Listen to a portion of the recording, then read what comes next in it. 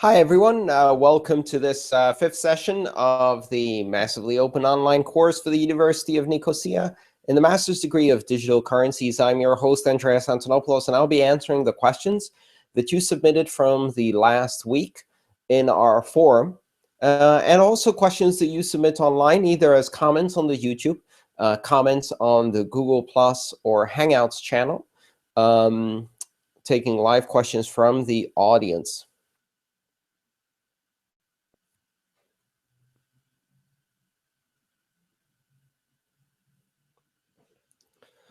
Don asks, could you explain how exactly merged mining works? What I do not quite understand is how the work can be reused on two different blockchains, even if they use the same algorithm, since the last block and transactions are different. So, Don, the way merged mining works is basically the ability to commit work to a hash that combines information both from a block in one chain and a block in another chain. So the proof of work algorithm takes a commitment, which is the header of a block, which contains the Merkle root of the tree of transactions, and commits work to that header. That includes the nonce, the timestamp, and other information. In that, you can add all kinds of information. Frequently, for example, miners will put information into the Coinbase transaction or add an extra transaction, which is really a fake transaction inside the Merkle root, into the Merkle tree for the Merkle root, and to include additional information into their commitment for mining. So I may be wrong about this, but the way I understand it, the way merged mining works is basically committing to information on one chain that includes information about the other chain.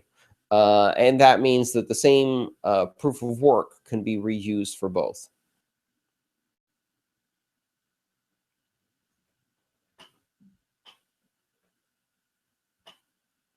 Timothy asks, in the block size debate, do rational miners have more incentive to keep the block size at 1 megabyte to drive up transaction fees?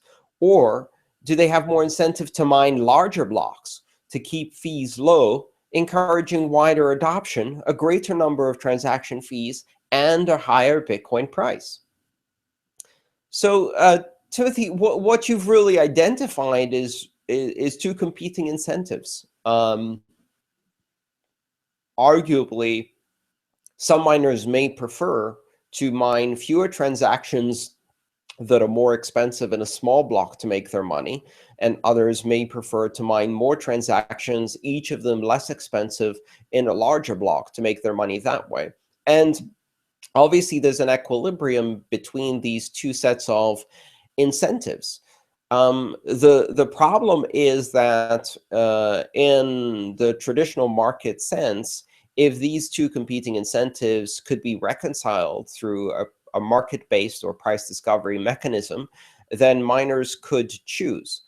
You've got to realize that the block size debate is not a debate over block size. It is about a debate over the block size limit, meaning that it enforces a ceiling on a block, but doesn't define the actual size of the blocks mined. In fact, even though the block size limit has been at 1 megabyte, up to very recently, just a few months ago, many miners would only mine 750 bytes of block. And some miners would mine smaller, 256 bytes of block. They had room. The protocol permitted them to mine larger blocks, but for whatever reason, they chose to mine smaller blocks. And that also balances with the incentive structure that means that a smaller block is faster to propagate and therefore slightly increases the chances of winning in a competition where it's not just about who finds the block, but also who manages to tell everyone else that they found the block faster. If you find a block before someone else, but that other competitor manages to propagate their solution faster, they win. So propagation time is a big factor in the decisions that miners make as to how many transactions they include in a block and how big they make that block. Now, this incentive against block size for propagation purposes is somewhat diminished by a number of optimizations that have been made to the code, including the existence of a relay network, which is designed to propagate blocks very fast among miners. All of these competing incentives drive miners to make choices about what the largest block they will mine is. And what this means is that even if tomorrow the block size limit in the consensus code was raised, let's say to 8 megabytes, or even lifted completely, so there is no limit, and a miner can mine a block of arbitrary size, any size they want. That doesn't mean that miners would immediately start mining 8 megabyte blocks or even bigger than 1 megabyte blocks. It doesn't mean that they would change the size of the block they're mining. It would just mean that they have the option to do so, which would then mean that all of these competing incentives, do we do smaller blocks that have bigger fees in them or larger blocks that have the possibility of wider adoption, these would play out in a competitive market-based economy among miners who may each have different sets of incentives and a different strategy for maximizing profit. So arguably, by raising the block size limit, we are not necessarily increasing the block size, but instead, by raising the block size limit, we would be allowing miners to express their profit maximizing strategy in a market-based solution. Which is one of the arguments that people who believe that the block size limit should be raised sooner rather than later argue for. Of course, there are also disadvantages. One of the disadvantages is that this isn't a purely free and open market, and it's not a market in which cheating isn't possible. So under certain circumstances, people can create blocks that impose a very high burden for verification by exploiting some tricks in the construction of the block. So you can create a block that, even though it is not very large, it is very difficult to validate and requires validation of many, many, many hashes or signature elliptic curve operations. Such blocks have been mined in the past, and what they do is they act as poison pills. When miners encounter these blocks, they get bogged down validating the last block, which theoretically would cause them to delay their participation in the next round of competition, thereby giving an advantage to the miner who propagates these types of poison blocks. All of these arguments mean that there are a number of competing incentives in the mining space, as well as in the decision involved as to whether the block size limit should be raised. Proponents of implementing segregated witness first as a solution also claim that segregated witness solves a number of problems that have been identified that can lead to poison blocks. And therefore, it is very important that before an increase in the size of block that could allow even larger poison blocks and nefarious behavior, malicious behavior to be available to miners with bad intent, segregated witness should be implemented first to close some of these loopholes, make it harder to use blocks as a denial of service mechanism, and then the block size limit should be increased once it is safer, because the probability of creating these poison blocks is being decreased through segregated witness. So those are the competing arguments, or at least some of the competing arguments, and I hope I gave them good faith and credit on both sides in expressing or paraphrasing these arguments.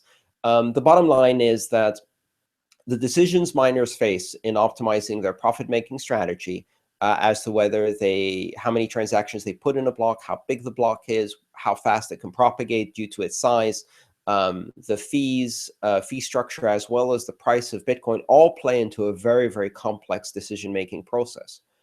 And that is one of the main reasons why many people believe that the best way to resolve complex issues like that is not through central planning, and that in fact the decisions that are made in a centralized manner should be limited And market-based forces should allow miners to express a variety of profit-maximizing strategies and allow the market to decide. Generally, the more complex a decision is to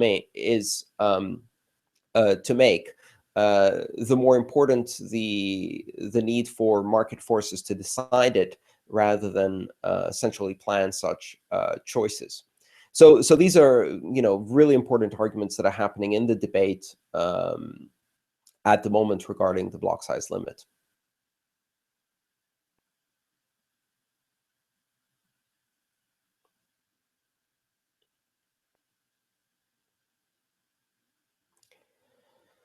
So Don asks my thoughts on empty GOX and the impact of transaction malleability on the crisis that happens in empty GOX. In hindsight, what we know from the reports now is that, in fact, transaction malleability played very little role in the collapse of empty GOX. The primary culprit for the collapse of empty GOX, as is the case with many schemes where there are insufficient reserves to satisfy the demands of depositors or investors, and where new depositors are paid out, old depositors are paid out of the proceeds from acquiring new depositors, also known as a Ponzi scheme. The reason a lot of these things happen is because of a massive loss that occurs for unrelated reasons. And in an attempt to cover up that loss and hoping that future profits and growth can nullify that loss, the owners of this site do not disclose it, or the owners of this investment fund or scheme or bank, as we've seen this happens in all kinds of financial institutions. They don't disclose the big loss. They try to continue trading to cover it up with future profits. And that is usually the birth of Ponzi schemes and insufficient reserves and liquidity crises within banks, financial institutions, trading funds, and as we've seen also Bitcoin exchanges. We trace back almost all of the cases where we see liquidity collapses in Bitcoin back to either hack or theft or compromise that led to a very substantial loss. And the effort to cover up that loss leads to a much bigger liquidity crisis. In the end, transaction malleability played an insignificant role in the crisis at Mt. Gox. Poor management of cold storage that wasn't actually cold storage, insufficient operational procedures, bad software, and all kinds of other poor management choices, including a lack of honesty, led to the crisis at Mt. Gox, and led to Mt. Gox being empty.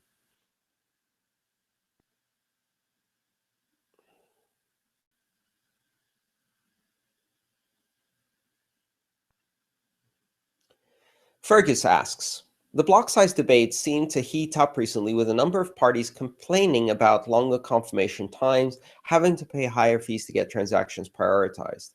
Do you have a view on the most sensible way forward with regard to increasing the block size? Are there other solutions we should look at as well as just increasing the block size, segregated witness, or other things that can increase performance without an increase in block size? Fergus, I have taken no position on either side of this debate, primarily because I believe that both sides are simultaneously correct and wrong in different ways. And more importantly, because I believe that in the end, we will increase the block size limit. We will implement also segregated witness and thin blocks and a parallel soft fork feature and invertible Bloom lookup tables and many other optimization solutions. In fact, the battle for solving the so-called scaling problem in Bitcoin is one that never ends. Scaling is not something you solve. Scaling is something you solve for specific types of applications. And in solving scaling for one type of application, you create the possibility of new applications that could take advantage of the new scale that was unavailable until that point, which in turn creates new scaling problems. And as soon as you solve those, you open the door for new applications, which create new scaling problems, and on and on and on. Scaling is a mismatch between demand and supply. between the capacity of the network to fulfill requests and the demand of users for data storage, space, computing, or other resources on the network. Resources are finite. Demand is infinite in practice. We've seen this on the internet for 25 years. We've seen this in personal computing for 25 years.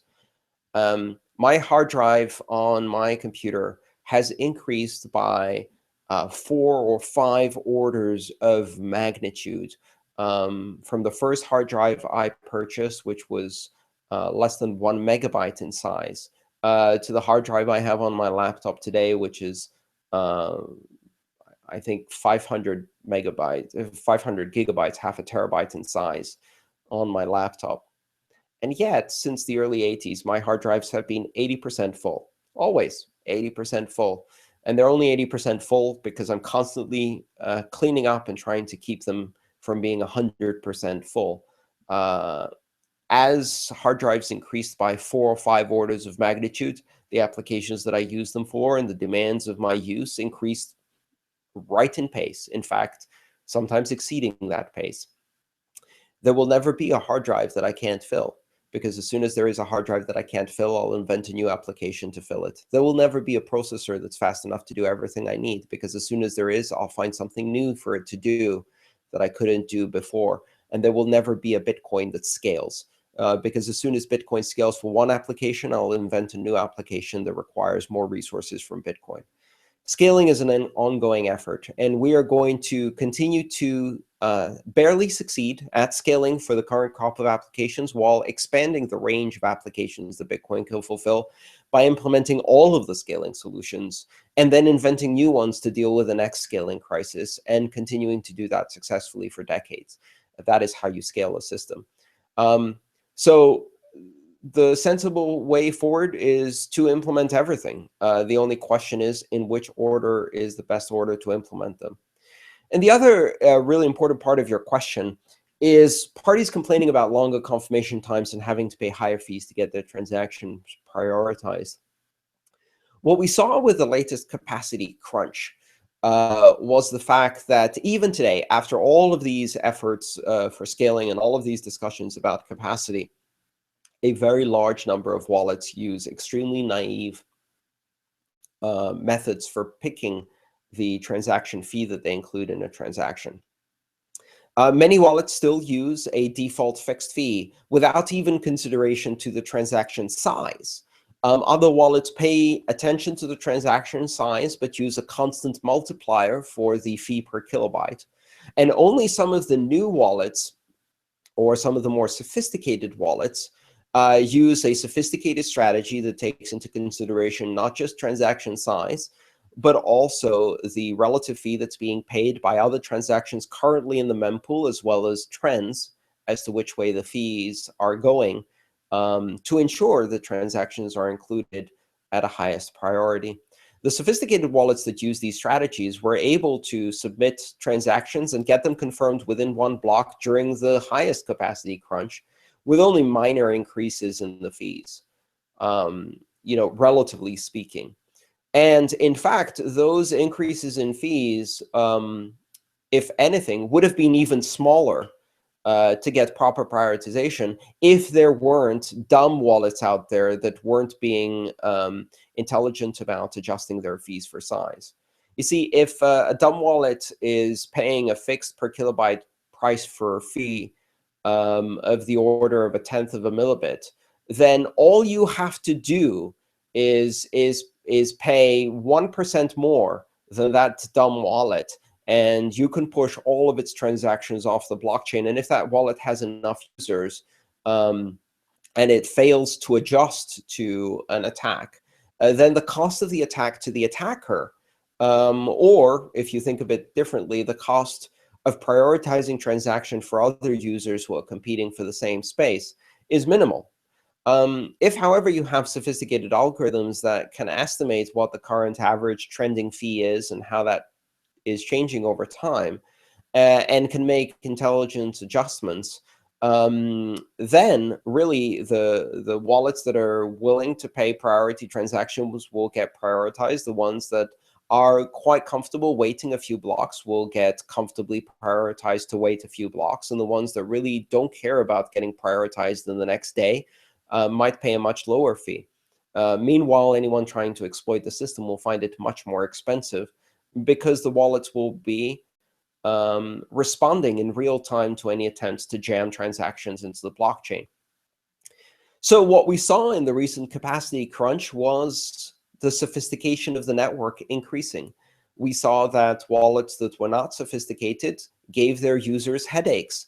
And the market response for that is for users to abandon wallets that are not doing intelligent fee calculations, really forcing wallet developers to take fee calculations more seriously as a really important function. Until you have a capacity crunch, fee calculation is not important. Now that we have a capacity crunch, or we've had repeated capacity crunches, fee calculation is an important part of the user experience. And the expectation of a user that their wallet will do that correctly is forcing wallet developers to take that more seriously. Many wallets distinguish themselves as doing that very well. Some wallets distinguish themselves as doing that very poorly, and the market can decide. This is good, because what that means is that during our next capacity crunch, we'll have more sophisticated wallets, and so on and so forth, and the network will get better and more resilient at prioritizing the transaction whose users are willing to pay a slightly higher fee. We will see increases in capacity that will lower the cost for everyone, but that doesn't mean that we don't need more sophisticated fee calculations within wallets. So, this is a double-edged sword. It's a bitter pill. It was the necessary medicine that the network needed in order for the wallets to become more sophisticated. And it caused a lot of pain among users, especially new users who are unaware of the limitations some of their wallets had. But it is a necessary prerequisite for Bitcoin to be able to handle gracefully greater capacity of transactions as well as capacity crunches.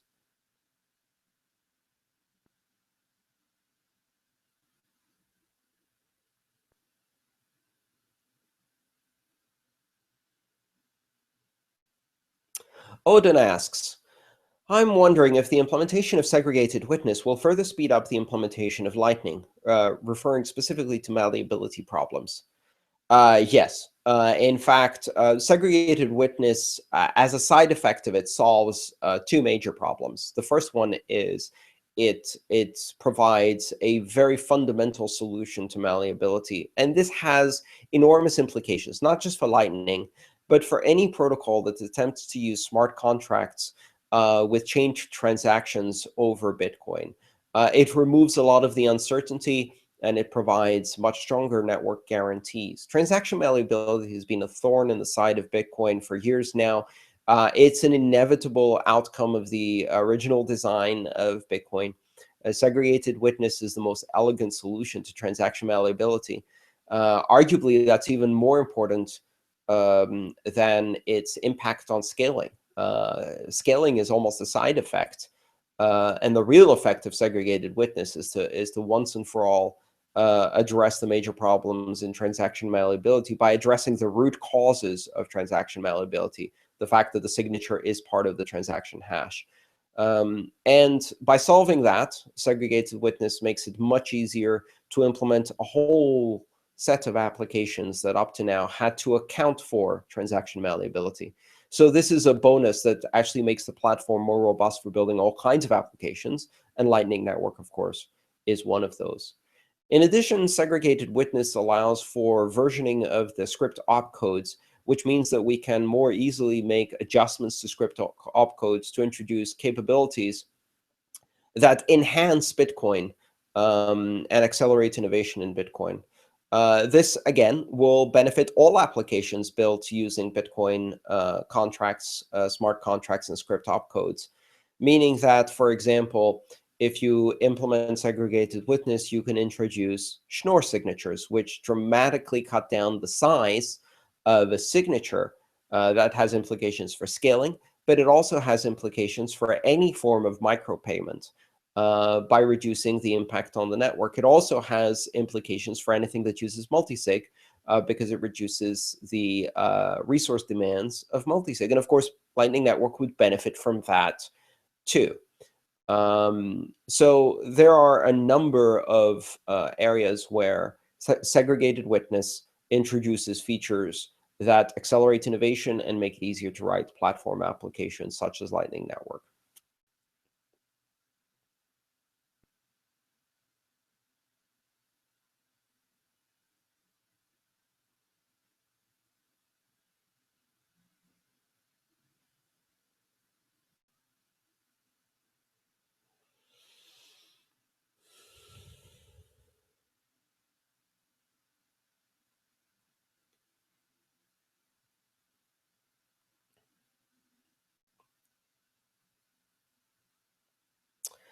Alejandro asks, it was mentioned that the difficulty is a number that increases as more computer power is devoted to mining Bitcoins in order to regulate that one block is solved every 10 minutes on average. It's also mentioned that for a block to be considered a winner, the hash of the block expressed as a number should be less than a certain numeric value x. How is the hash converted to the numeric value? And question 2, as difficulty increases, x should decrease. What is the relationship between x and the current difficulty value? Great. So let's clarify a few things. Difficulty is a measure of the amount of hashing power that is required in order to produce a block every 10 minutes. And if more people are competing for the problem, difficulty should go up so that the average time between blocks remains always stable, on average, every 10 minutes. The difficulty calculation is done every 2016 blocks, or approximately 2 weeks. On the immediate next block after a difficulty retargeting, as it is called, all of the nodes on the network now have a new difficulty target. The difficulty target is the value that a hash must be below in order to be considered valid. So difficulty is calculating by calculating a difficulty target. And the difficulty target is a number. The hash of a block should be less than the difficulty target. When difficulty increases, the difficulty target goes down, meaning that if target is lower and the hash must be lower than target, the lower the target is, the harder it is to find a hash that's even lower than that target. I like to think of it as a limbo competition. So for those of you who have no idea what I'm talking about, limbo is a kind of party game where two people hold a horizontal pole, and a number of players try to dance in a way that they are still standing on their feet, but are able to pass under the pole without touching it. So in a limbo competition, you start off with a pole quite high, and people dance underneath the pole. And once all of the players can succeed going under the pole is lowered, and you try to dance under the pole. And of course, the lower the pole gets to the ground, the harder it is to remain standing while dancing under the pole. So think of the difficulty target as a pole, and it's a line, it's a number, and think of it in height, right? As the difficulty gets lower, the difficulty of a miner to find a block that is able to pass underneath the difficulty target, it gets harder and harder to do that.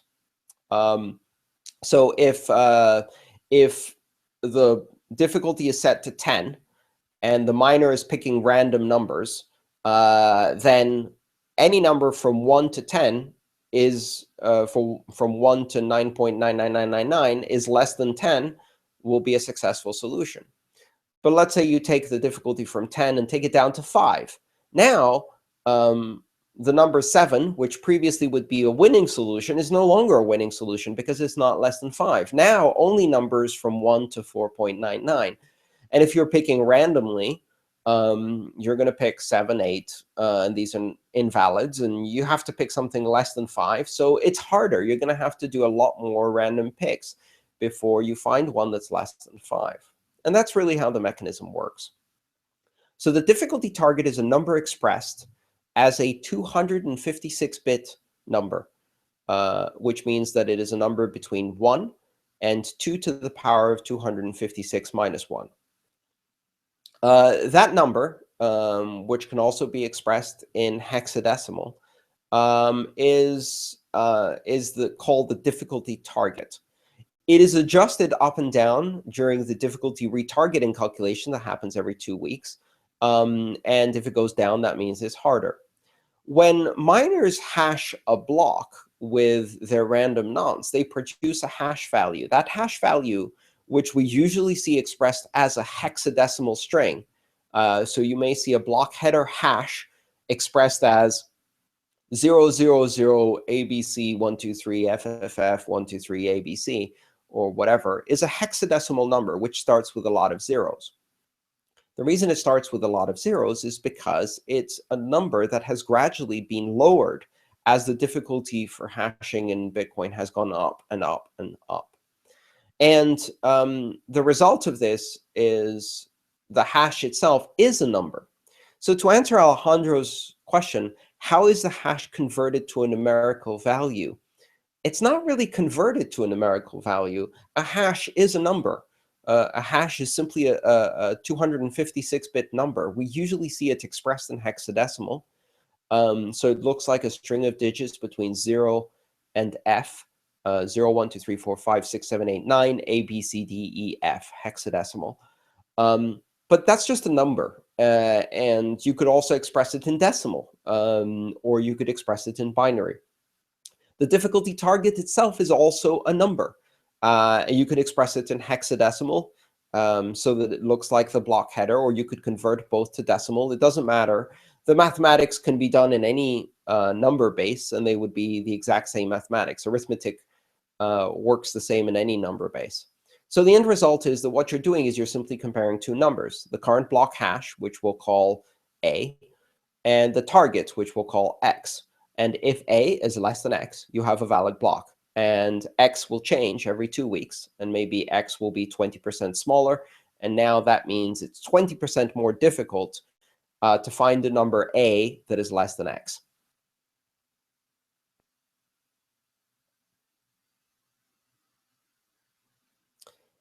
Alejandro, I hope that answered your question. If you have any follow-up questions on the calculation of difficulty, the difficulty target, or the expression of the block hash as a number, please follow up in the live chat.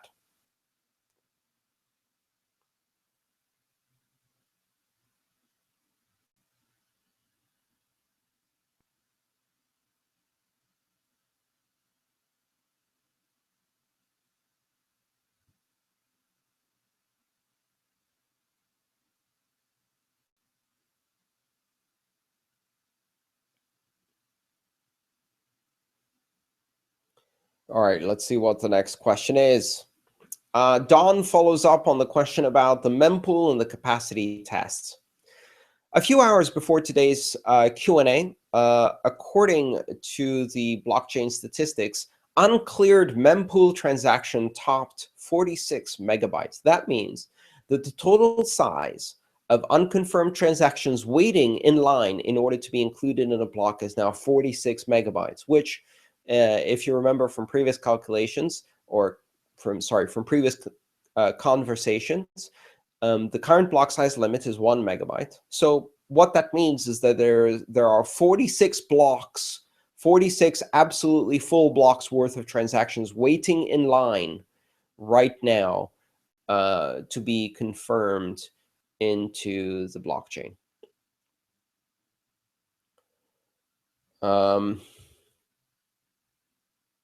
So that's what, 7 hours? Approximately 7 hours worth of blocks, 7 hours worth of transactions. If all of these transactions were included in blocks and all of the blocks were full, 46 blocks would take approximately 7 hours to confirm all of these transactions. Don says, yesterday, these were often over 30 megabytes. That means there were 30 megabytes of transactions, or 30 blocks full of transactions waiting.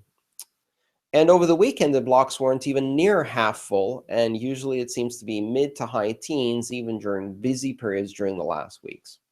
Could you share your thoughts on this stress test of the system now that it's reached new heights?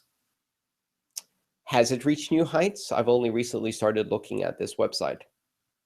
I'm not sure if 46 megabytes is a new record. It might be. What is this stress test?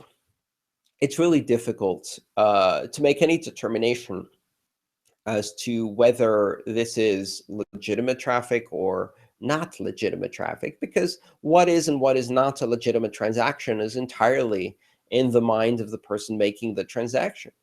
In fact, one of the core principles of Bitcoin, which makes it successful, which mirrors one of the core principles of the internet, is neutrality. Just like the internet has net neutrality, which means that on the internet, it doesn't matter who the sender, the destination, or the content is, it should get equal treatment by the routers. On Bitcoin, what that means is no matter who the sender or the destination of a transaction is, or what application that transaction is trying to fulfill, or what kind of transaction it is, or how much money is in the transaction should get equal treatment by the network. Of course, the difference is that in Bitcoin, a transaction has a fee, and therefore, a more broader definition of neutrality in Bitcoin would be transaction should get equal treatment to other transactions of the same fee per kilobyte as it. So really, there's no such thing as spam transactions or illegitimate transactions, in my opinion. And this is actually quite a contentious proposition or opinion. So take it with a grain of salt. There are a lot of differing opinions on this. In my opinion, there's no such thing as a non-legitimate or spam transaction. If that transaction is willing to pay a certain amount of fee per kilobyte, it has equal standing as every other transaction willing to pay that fee per kilobyte. The real problem is that because wallets are not behaving intelligently, and because they don't allow users to express their level of urgency as to how much they want to prioritize their transaction with full knowledge of what is currently waiting to be confirmed, that means there is a mismatch between user wishes and expectations and the actual behavior of the network, which is caused by both wallets not setting fees correctly to express the user's expectation and wishes as to priority to the network in the form of an appropriate fee that will achieve that priority. And also the fact that there are perhaps some users trying to force trying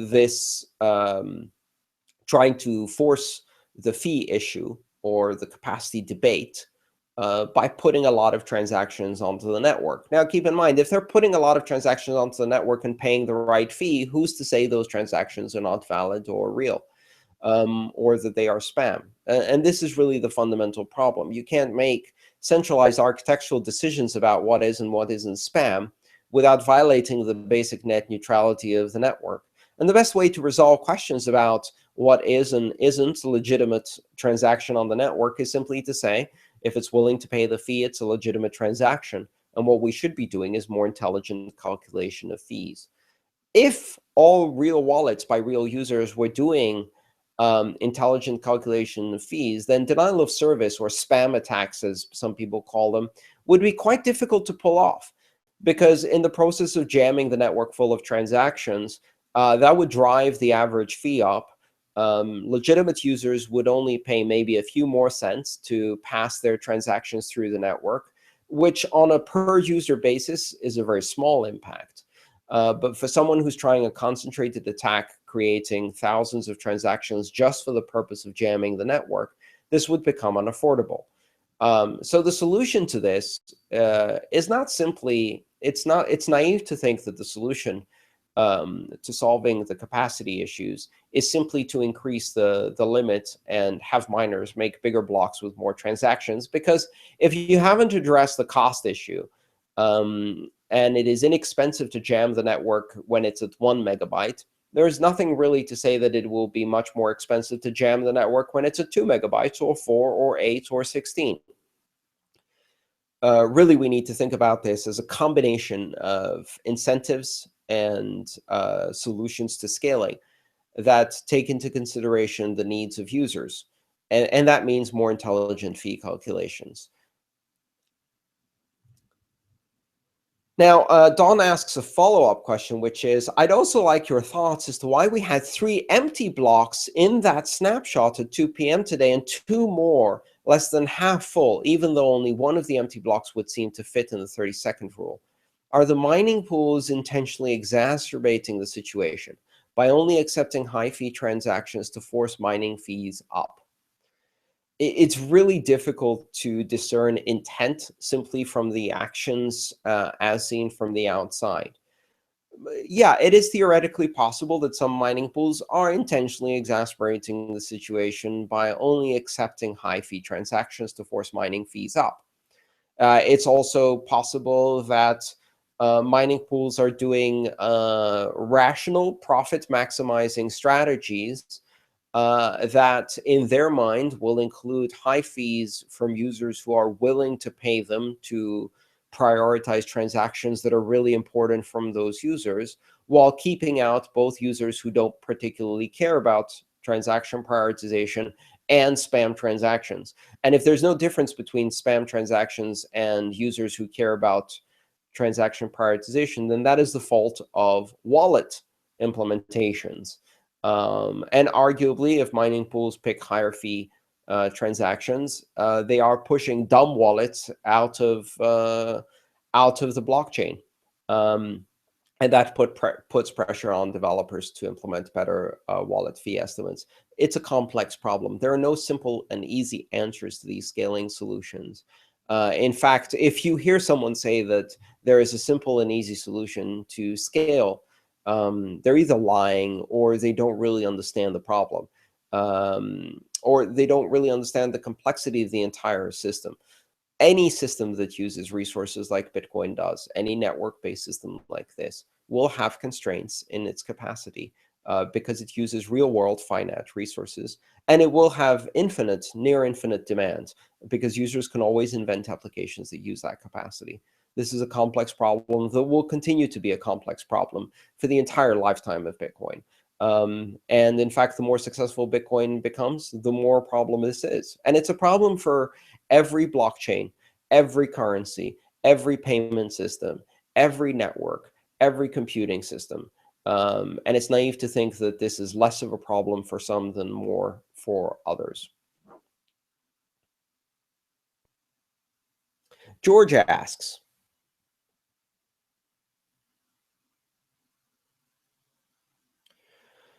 does removing the wallet.stat file from the Bitcoin folder, keeping it on an external drive, and reinstalling it back when we need to perform a transaction be considered an effective way to secure our Bitcoin, or are there still dangers? That's a complex question, George. You might consider that an effective way to secure your Bitcoin against certain types of threats, but unfortunately, the problem with that is that you're exposing yourselves to other types of risk. So, for example, a USB stick has a much higher mean time, a much lower mean time between failure, a much higher rate of failure than a laptop hard drive or a desktop hard drive. So, to answer your question, that depends. What's your backup plan? What happens if the USB stick gets corrupted or breaks? Do you have multiple copies? And if you do have multiple copies, where are you storing them? Is there also a passphrase or not? These are complex questions. Security is not a yes-no type problem. It's a matter of degrees. Is one solution more or less secure than another solution? There's no such thing as absolute security, and there's no absolute measure of security. Quite honestly, the Bitcoin developers have repeatedly said that Bitcoin Core is not to be used as a production wallet in high performance environments. The Bitcoin Core wallet does not implement hierarchical deterministic wallets, and it also does not implement mnemonic seeds that can be used for backups. I would not consider Bitcoin Core a suitable wallet for novice users or for users who are not very adept at implementing security and risk management policies. I think a wallet that implements BIP39 mnemonic phrases, that's where you have 24 English words, or actually there's also 24 Japanese words or whatever.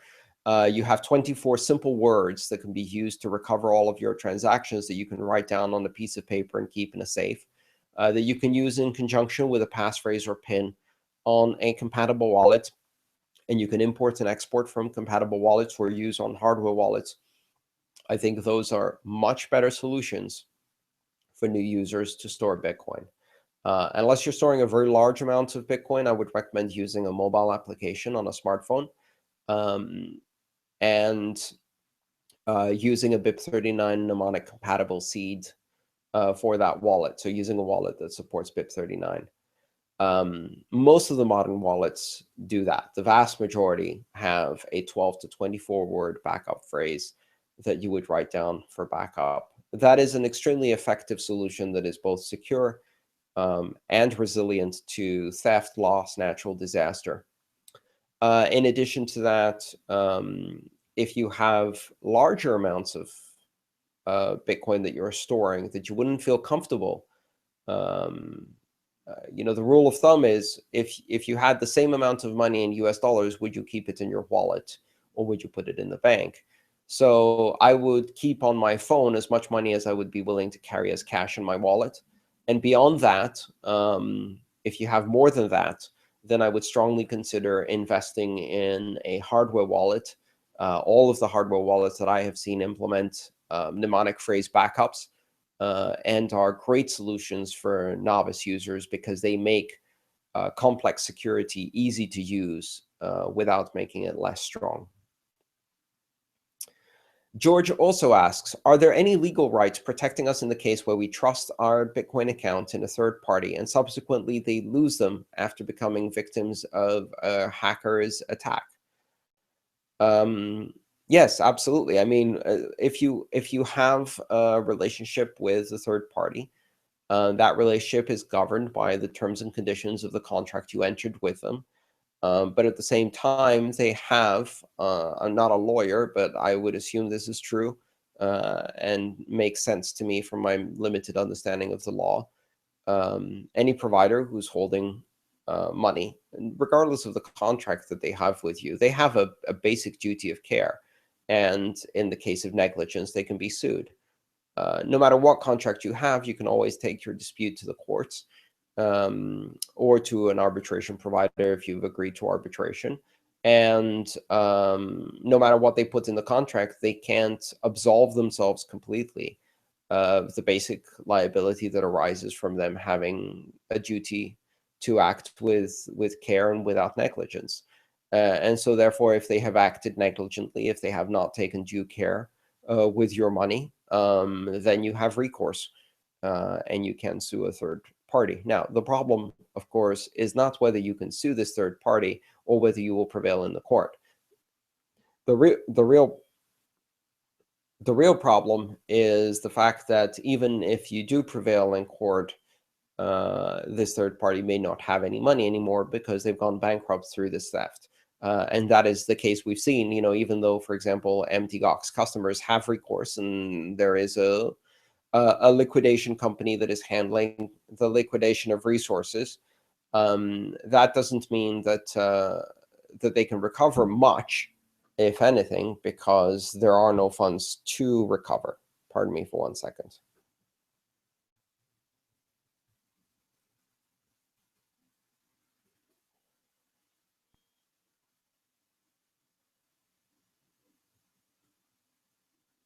All right, let's see what other questions we have here.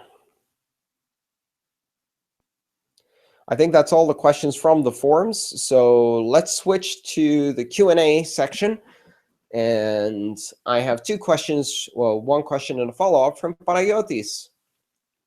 If you have any other questions, this is your opportunity now. Please enter your questions as comments in the YouTube channel or on the Google Plus or Hangouts questions and answer capability. And see if you can, hang on 1 second, please. And I will try to answer those before the end of this session. Panayotis asks, if colored coins or a similar protocol takes off, do you see any major performance problems for the blockchain? UTXO pool size will skyrocket, and it is possible that the transactions will not complete on time given small face value.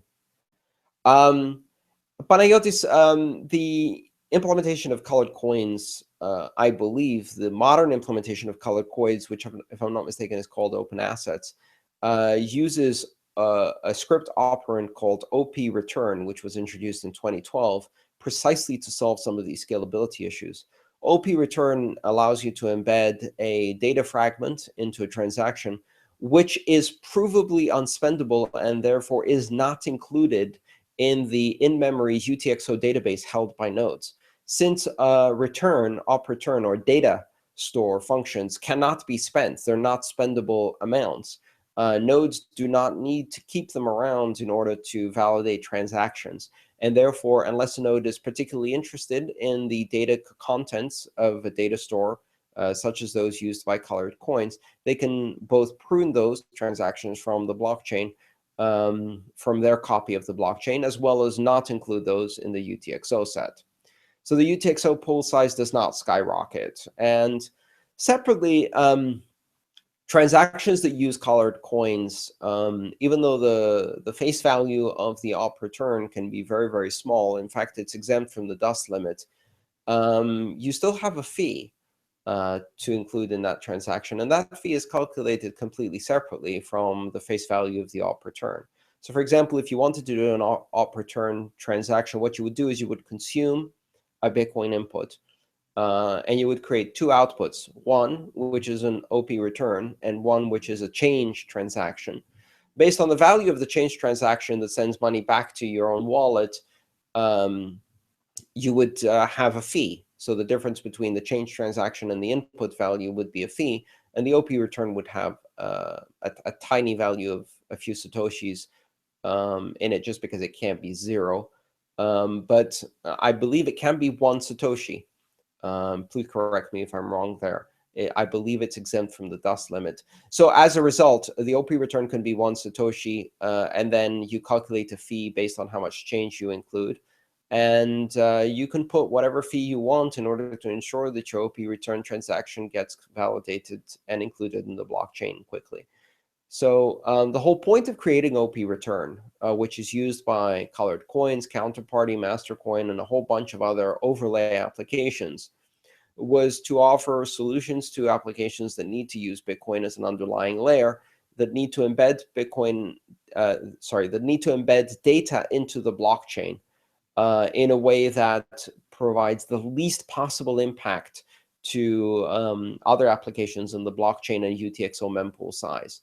It's basically a compromise that recognizes the fact that if people want to put data in the blockchain, they can create fake transactions to do that. And that's far more wasteful of UTXO pool than if you give them an authorized way of doing it through OP return, which recognizes that these are not really transaction values, and therefore you can exclude them from the UTXO pool size. This was the least burdensome way of including data. And by giving that option to developers, you guide them to using the least burdensome way. Let's see, the follow-up question.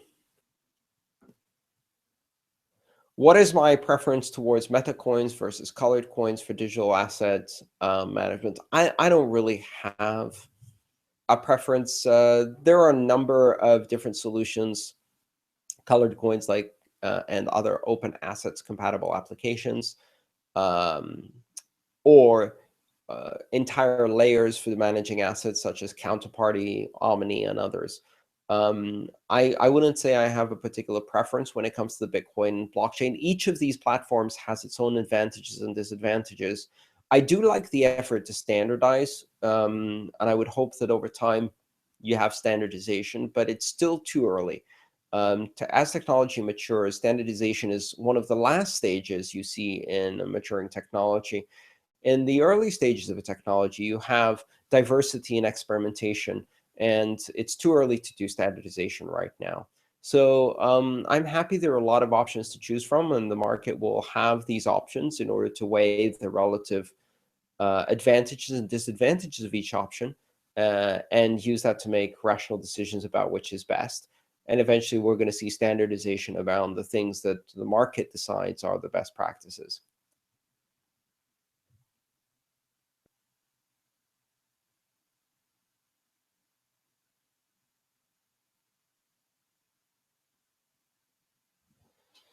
Um, 1 second, let me just see. There's a question here, but I'm not quite sure what it actually refers to.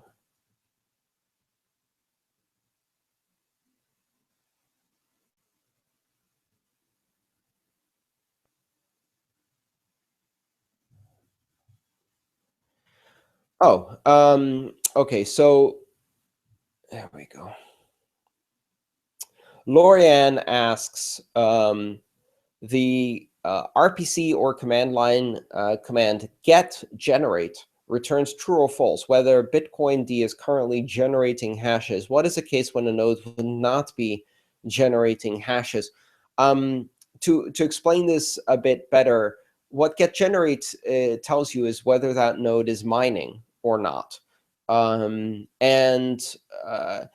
if it's true, that means that Bitcoin D node is participating in mining as a mining node. So it's either mining using some attached hardware with another application, or it's perhaps supporting a pool as a pool server, or even conceivably solo mining on CPU, although that would be completely pointless. You can do it.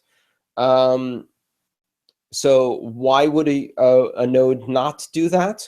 Well, in fact, most nodes don't do that. Every node I run is not mining. Only a few specialized nodes are participating in the mining function, either as pool servers or mining rig support systems, or in other functions like that.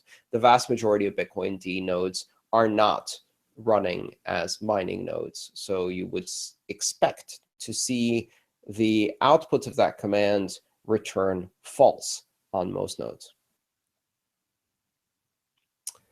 And I believe that was the last question for our session, which is great. Our timing, once again, has been almost perfect. We've answered just enough questions to get to the end of the session. I believe I've answered all the questions. 1 second, let me check all of the different places where questions can appear. Very good. That is all. Thank you all for participating in this session of the massively open online course on digital currencies for the University of Nicosia's master's program. My name is Andreas Antonopoulos, and I've hosted your Q&A session for today.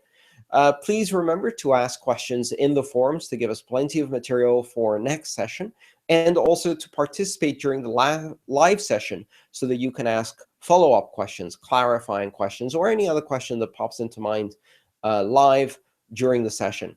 Our next session is on March 26th at 1600 hours Eastern European Time, 10 o'clock in the morning Eastern Standard Time, which is actually Eastern Daylight Time, and 1400 GMT. So please join us for that next session on the 26th of March. I will be conducting that session live from Athens, Greece, and I hope to see you at a meetup there. Take care, everyone. Good studies, and see you at the next session.